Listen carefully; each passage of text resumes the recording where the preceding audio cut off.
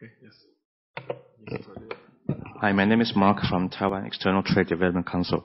I'm wondering, does EcoBuy only focus on the finished products or consumer products? Or do you also cover industrial equipment just like wind turbines or fuel cell in this area? Or is there any plan or development plan in Australia for this sector, energy sector, I mean? Thank you.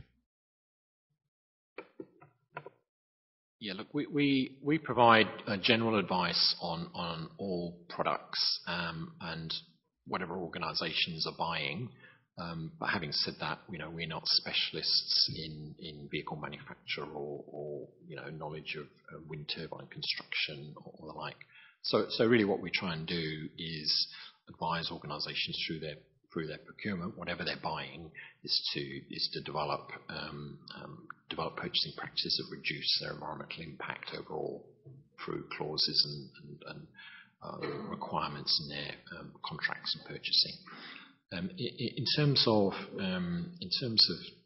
renewable energy, there are some targets in Australia. I can't remember. I think it's 2% of energy generated in Australia renewable by 2020.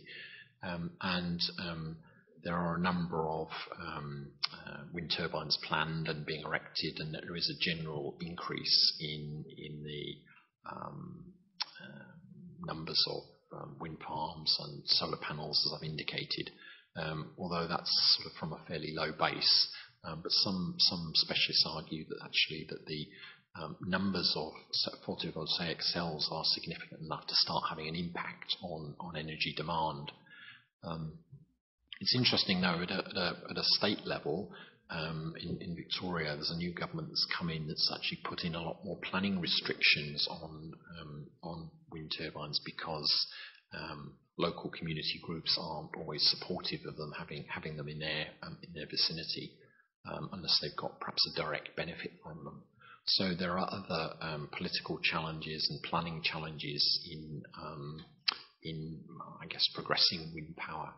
And on the other hand, there's a community group or township in Victoria, where I'm from, who've invested in their own wind turbine to power the town and make it self-sufficient in energy. So there's some sort of great initiatives that are going on that are community-based.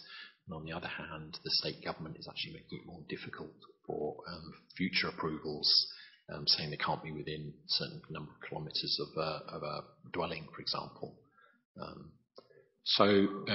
Yeah, look, there's a general uptake. There's a general increase. It's not always made easy by the governments in power, but most of them are supporting renewables in some way. They don't always see it as the most cost-effective thing because, again, in Victoria, where I'm from, there's 500 years worth of brown coal just sitting below the surface, about 100 kilometres outside Melbourne.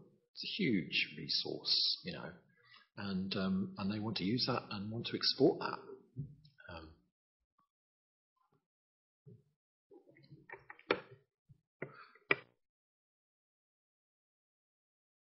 Go ahead. Hello, my name is Stephen. We know that the solar energy is gloom and doom right now, and the incentive for renewable energy has been reduced gradually, either through the feed-in tariff or through the renewable energy certificate. The direct multiplier is decreasing year on year. We know that the new act for the carbon tax has been passed and is going to be introduced in 2012. Please, can you tell more about the price tax, how it works, and how it can effectively facilitate the renewable energy industry? Getting some tricky questions, and I'm impressed with how well everybody speaks English. From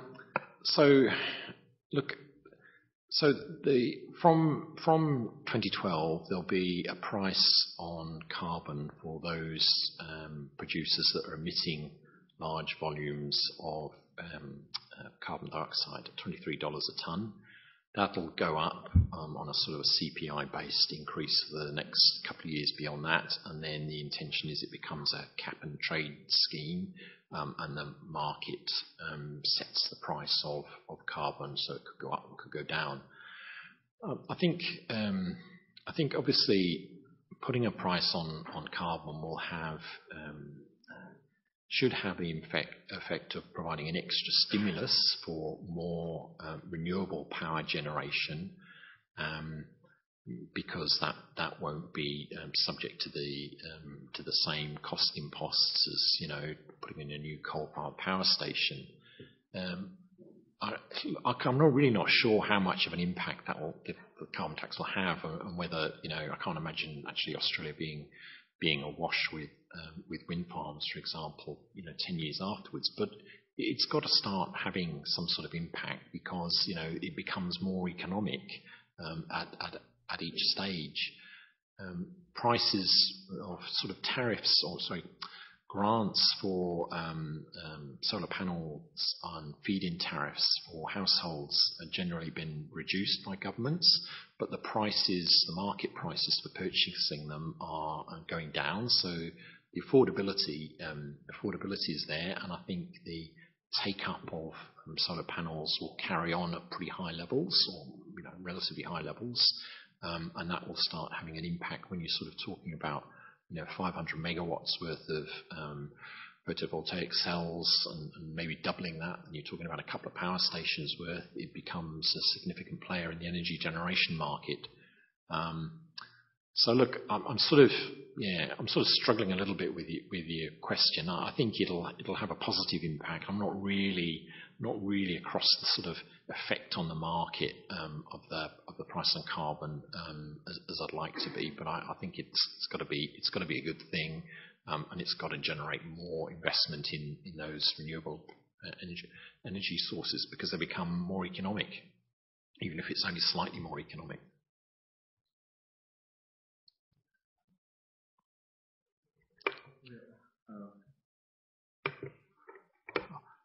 刚刚忘记提醒各位，如果要用中文发问的话也没有问题，我们同步翻译也可以把中文直接翻译成英文给我们的来宾。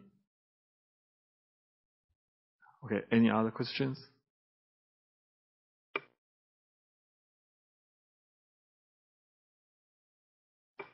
Okay, if there is no further questions, I think we will just close this morning's session and here, and please give our warmest thank you for Mr. Wilhelm. Okay.